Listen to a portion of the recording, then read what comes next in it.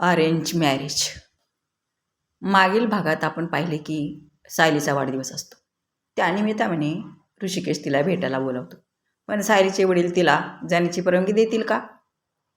पुढे जाण्याआधी आपल्या चॅनलला नक्की लाईक करा, शेअर करा आणि सबस्क्राईबर करा. आजची कथा शेवटपर्यंत नक्की ऐका. चला तर मग वेळ न घालवता आजची कथा ऐकूया. सायलीची आई तिच्या वडिलांशी याविषयी बोलते. ऋषिकेशला भेटण्याबाबत ती विचारती खरी, पण वडिलांचे जुने विचार आड येतात आणि ते साफ नकार देतात. वडिलांच्या या नकारामुळे सायली आणि ऋषिकेश दोघेही कमालीचे निराश होतात. सायली नेहमीच वडिलांच्या मर्जीने वागणारी मुलगी होती. ते सांगतील तसेच ते करायचे. त्यामुळेच ती तिच्या वडिलांची अत्यंत लाडकी होती आणि त्यांचे तिच्यावर जीवापाड प्रेम होते. असेच काही दिवस निघून जातात. शेवटी दोन्हीकडची कुटुंबे एकत्र येतात आणि त्यांच्या लग्नाची तारीख 24 डिसेंबर अशी निश्चित करतात. लग्नाची तारीख ठरल्यामुळे दोघेही मनातून खूप आनंदी असतात. पण परिस्थितीमुळे त्यांना हा आनंद फक्त मेसेजवरच एकमेकांसोबत साजरा करावी लागते. एक दिवस ऋषिकेश अगदी हट्टालाच पेटला. सायलीने स्वतःहून त्याला आय लव्ह यू म्हणावं एवढीच त्याची साधी इच्छा होती. पण सायली स्वभावाने कमालीची संकोची आणि लाजाळू, त्यामुळे तिच्या तोंडातून हे शब्द काही निघत नव्हते. नेहमीप्रमाणे ऋषिकेश या गोष्टीवर नाराज झाला. एकदा का तो रुसला की मग तो कोणाचेच ऐकत नसे. लाडक्या ऋषिकेशचा रुसवा काढण्यासाठी सायलीने जीवापाड प्रयत्न सुरू केले. पण आपले साहेब एवढ्या सहजासहजी मानणारे कुठले? शेवटी नाईलाज म्हणून सायलीने धाडस केलं आणि त्याला मोबाईलवर आय लव्ह यू असा मेसेज पाठवला. ऋषिकेश, मला मेसेजवर नाही तर थेट तुझ्या तोंडातून हे ऐकायचे आहे. वास्तविक पाहता सायलीला फक्त मेसेजवर व्यक्त व्हायलाच 8 दिवस लागले होते. आता थेट समोर बोलणं म्हणजे तिच्यासाठी एका मोठ्या परीक्षेपेक्षा कमी नव्हतं. सायली, मी लग्नानंतरच थेट समोर बोलेन. सध्या मेसेजवरच ठीक आहे. पण ऋषिकेशचं सायलीवर मनापासून प्रेम होतं. त्यामुळे तिच्यावर जास्त वेळ राग धरून ठेवणं त्यालाही जमणार नव्हतं. शेवटी बिचाऱ्याने माघार घेतली आणि मेसेजवरच समाधान मानलं. काही दिवसांनी ऋषिकेशचा बालमित्र तुषार याचं लग्न ठरलं. लग्नाच्या रिसेप्शनसाठी सायलीला आवर्जून आमंत्रित करण्याचं असं ठरलं. ऋषिकेशचे घरचे लोकही या सोहळ्याला जाणार होते. त्यामुळे येताना सायलीलाही आपल्यासोबतच घेऊन या असं ऋषिकेशने आपल्या घरच्यांना आधीच सुचवून ठेवलं. ऋषिकेश आधीच तिथे पोचला होता. सायलीच्या वडिलांनीही तिला तिच्या सासू सासऱ्यासोबत जाण्यास आनंदात होकार दिला होता. घरच्याकडून पूर्ण परवानगी मिळाल्यामुळे सायलीच्या चेहऱ्यावर एक वेगळाच आनंद आणि सौंदर्य खुलून दिसत होते. लग्नाच्या रिसेप्शनला जायचे होते आणि सोबतीला सासू सासरे होते म्हणून तिने आवर्जून साडी नेसली होती. नेटची ती सुंदर जांभळ्या रंगाची साडी तिच्यावर खूपच छान दिसत होती. तिने नेहमीप्रमाणेच अगदी साधा सोपा सिंपल शृंगार केला होता. पण रिसेप्शनच्या निमित्ताने का होईना ती ऋषिकेशला भेटणार होती. याच विचाराने तिच्या चेहऱ्यावर एक वेगळीच चमक आली होती. रिसेप्शनच्या ठिकाणी पोचताच सायलीने लगेच ऋषिकेशला मेसेज केला. सायली, मी आली आहे. तुम्ही कुठे आहात? तिचा मेसेज येताच तिला पाहण्यासाठी इतका वेळ धरलेला ऋषिकेशचा धीर सुटला. तो लगेच तिला आणण्यासाठी प्रवेशद्वाराजवळ आला. बाहेर येताच त्याची नजर थेट सायलीवर पडली. ती इतकी सुंदर दिसत होती की तो तिच्याकडे एकटक पाहतच राहिला. काही क्षणांनी तो भानावर आला आणि त्याच्या लक्षात आले की सायली एकटी आलेली नाही तर तिच्यासोबत त्याचे स्वतःचे घरचे मंडळीही आहेत.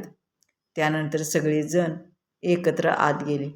दोघेही स्वभावाने थोडे शांत आणि अबोल असल्यामुळे समोरासमोर येऊनही एकमेकाशी फारसे काही बोलू शकले नाहीत. आजूबाजूला खूप गर्दी असल्यामुळे त्यांना एकमेकाशी मनमोकळेपणाने बोलता येत नव्हते. तरीही दोघेही एकमेकाच्या सहवासाचा आनंद घेत होते. सायली आज इतकी सुंदर दिसत होती की ऋषिकेशला तिच्यावरून नजर हटवणे कठीण झाले होते. तो आपल्या सर्व मित्रमैत्रिणींना तिची ओळख करून देत होता. पण ओळख करून देताना तो सायली माझी होणारी बायको आहे असे न म्हणता ही सायली माझी बायको असे सांगत होता. हे ऐकून सायलीला मनातून खूप भारी वाटत होते. त्यानंतर सर्वांची नजर चुकून ऋषिकेशने सायलीचा हात धरला आणि तिला लॉनच्या मागे एका शांत ठिकाणी घेऊन गेला. सायलीला काहीच समजत नव्हते की नक्की काय चालले आहे आणि तो तिला कुठे घेऊन जात आहे. लॉनच्या मागे आल्यावर तो काहीच न बोलता, डोळ्यांची पापणी न हलवता फक्त तिच्याकडे एकटक पाहत राहिला. सायलीने त्याला हलकेच हलवून विचारले, काय झाले? आपण इथे का आलो आहोत? ऋषिकेश म्हणाला, तू आज इतकी सुंदर दिसत आहेस, पण तिथे सगळ्यासमोर मला तुला डोळे भरून पाहता येत नव्हते. म्हणूनच तुला शांतपणे पाहण्यासाठी मी इथे घेऊन आलो.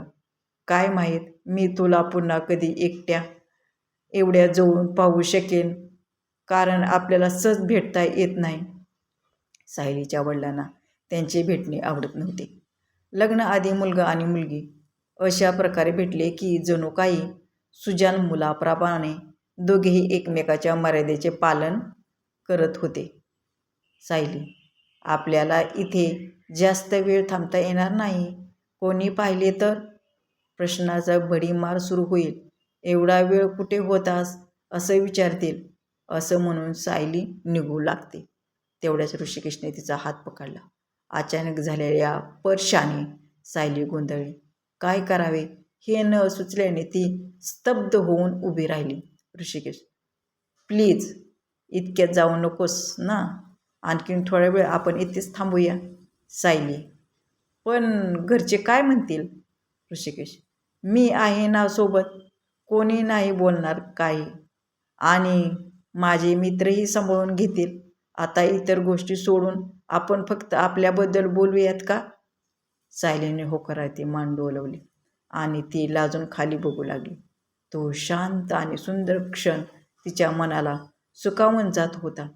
त्याच वेळी ऋषिकेशने सायलीचा चेहरा अलगद आपल्या दोन्ही हातात घेतला आणि तिला जवळ घेण्याचा प्रयत्न केला. पण तिची संकोचलेली आणि अवघडलेली अवस्था पाहून त्याने स्वतःवर नियंत्रण ठेवले. तो तिच्यापासून थोडा बाजूला झाला, तरीही ती डोळे मिटून तशीच उभी होती. त्या क्षणी ती अत्यंत निष्पाप आणि सुंदर दिसत होती. काही क्षणातच तिच्या लक्षात आले की ऋषिकेश तिच्यापासून थोडा लांब गेला आहे. तशीच ती लाजून त्याच्याकडे पाठ करून उभी राहिली.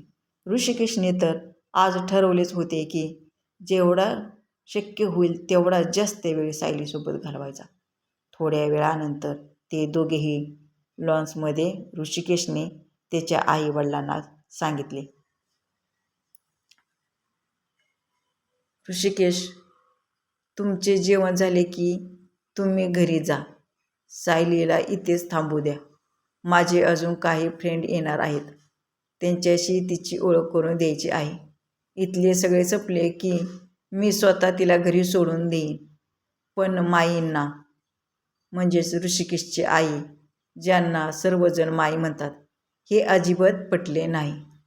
माई, आम्ही सायलीला आमच्यासोबत आमच्या जबाबदारी घेऊन आलो आहोत. सायली इथे अशी थांबली तर तिच्या वडिलांना अजिबात आवडणार नाही, आणि मलाही ते पटत नाही की तिने लग्नाआधी एवढ्या उशीरपर्यंत रात्रीच्या वेळी तुझ्यासोबत थांबावे. त्यावर ऋषिकेश एकदम चिडतो. मग त्याच्या या रागासमोर ते दोघेही नतमस्तक होतात आणि सायलीला थांबवायला तयार होतात. ऋषिकेश, मी काही महत्त्वाच्या कामासाठी तिला थांबवून ठेवत आहे. राहिला तिच्या वडिलांचा प्रश्न तर मी स्वतः त्यांच्याशी बोलेन. तुम्ही तुमचे आवरले की निघू शकता. आणि ऋषिकेशच्या सांगण्यानुसार त्यांचे आईबाबा जेवण करून सायलीला न भेटताच तिथून निघून जातात. इकडे सायलीला या गोष्टीची अजिबात कल्पना नसते. थोड्या वेळानंतर तिच्या लक्षात येते की ऋषिकेशचे आई वडील कुठेच दिसत नाहीत.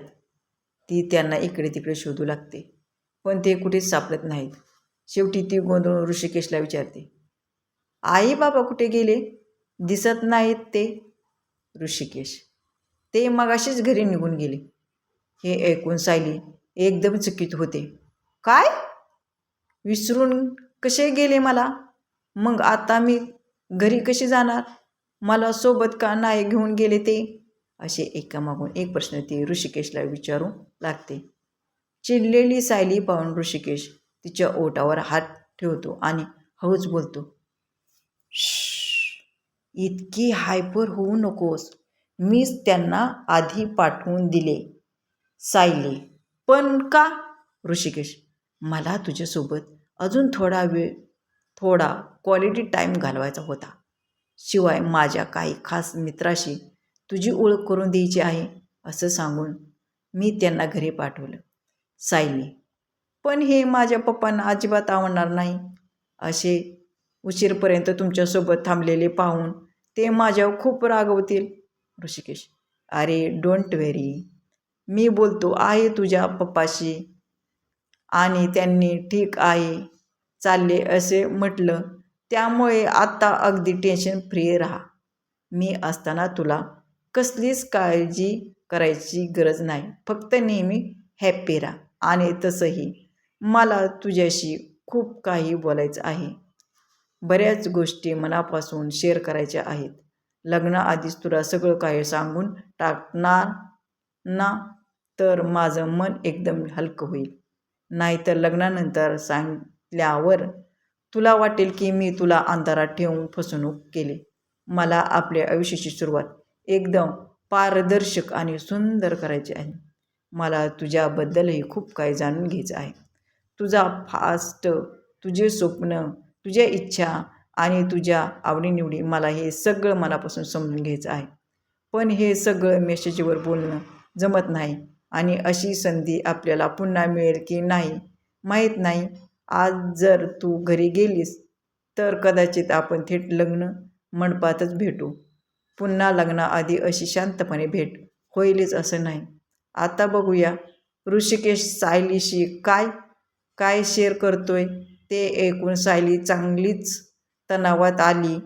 त्या दोघांनी एकमेकांसोबत घालवले ते सुंदर क्षण कसे होते आणि पुढे त्यांच्यात काय काय घडले हे आपण पुढच्या भागात पाहू.